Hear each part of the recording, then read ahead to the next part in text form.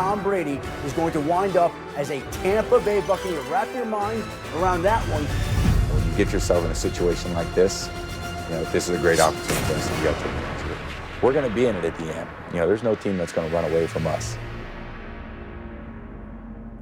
It is official. As of this morning, Tom Brady, in just the last few minutes, has posted on his social media that he is officially signed his deal and is a Tampa Bay Buccaneer, which means as I welcome linebacker Levante David in, I can say, Levante, you officially have a new teammate, and he's reasonably well known. Thank you very much for taking a couple of minutes with us here. So take us back to that moment when you first heard that Tom Brady was going to be joining your team. What was your first reaction?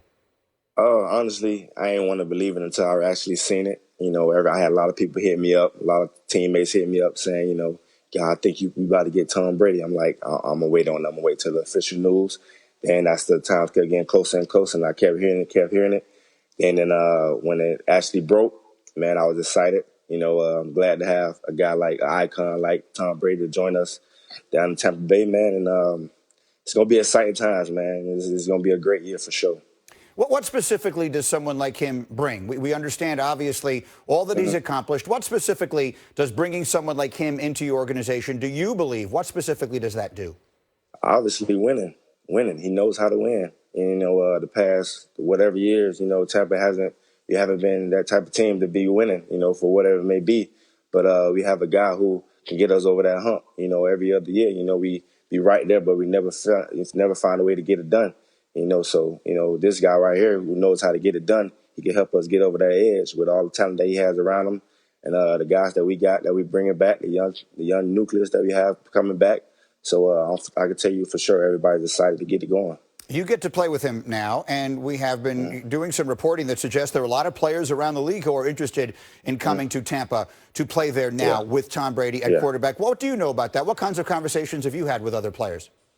I haven't had any really conversations with anybody much, but I could tell you, if we do bring anybody else in, they come into a great locker room. We have a great group of guys that that buy into whatever the coaches is preaching and telling us, and from the staff down to the players, man, everybody's upbeat, everybody's happy, everybody's expectations high, and we know the type of team we can have, and if you're willing to join, man, we can welcome you with open arms if everything work out for sure. Let me pick up on that. You say expectations are high. What are your expectations for the Bucs this year?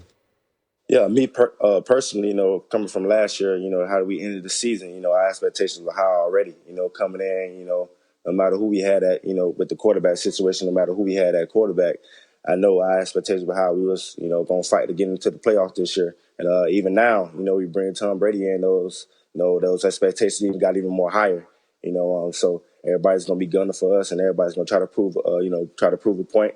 But we're going to have a point to prove ourselves. So me personally, I'm going to take some on myself to, get everybody ready to get us going to, basically shut a lot of people up because we still have a lot of doubters out there.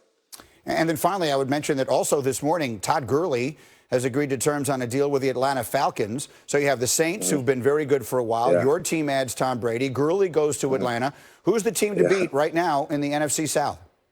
This division just keep getting better and better, man. It's already been tough before, but add Todd Gurley to the Falcons, is making it even more challenging. And already got the Saints, you already got the Panthers, who are a great football team. So, obviously, I'm gonna be biased and say, we could definitely run the table, but obviously, the Saints been winning the division the past whatever year, so they the team to beat right now. So we just got to get to work and hopefully be at the top at the end of the season.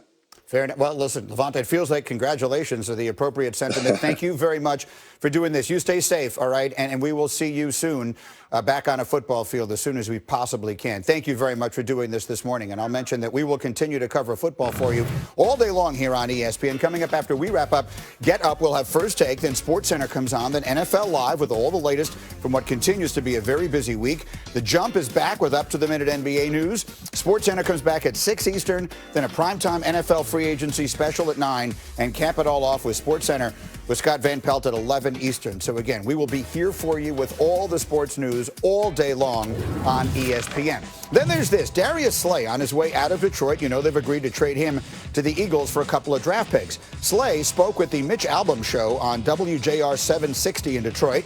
about his experience playing for Matt Patricia. Here's what he said. He told me I wasn't elite.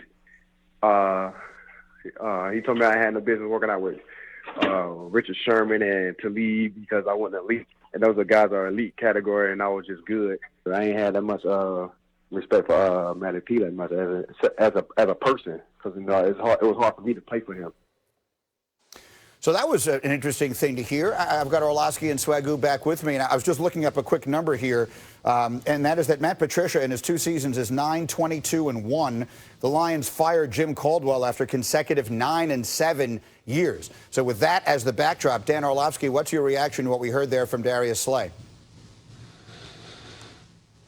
Yeah, the Lions organization has a problem, Greeny, and you know that takes a lot for me to say. I was with Jim Caldwell and some really good, solid football teams in Detroit. I think the reality is this: the Ford family has now chosen a coach in Matt Patricia that, like you mentioned, has 9 wins in 2 seasons. He came in as a defensive mind, and they're in the bottom third in basically every category last season when it comes to defensive football. And Darius Slay is a guy that, one, again, I was with. He's beloved in the locker room by his teammates. Number 2, he leads the NFL. He leads the NFL in pass breakups since 2013. Number 3, when you're a coach, you're supposed to figure out a way to build up your players.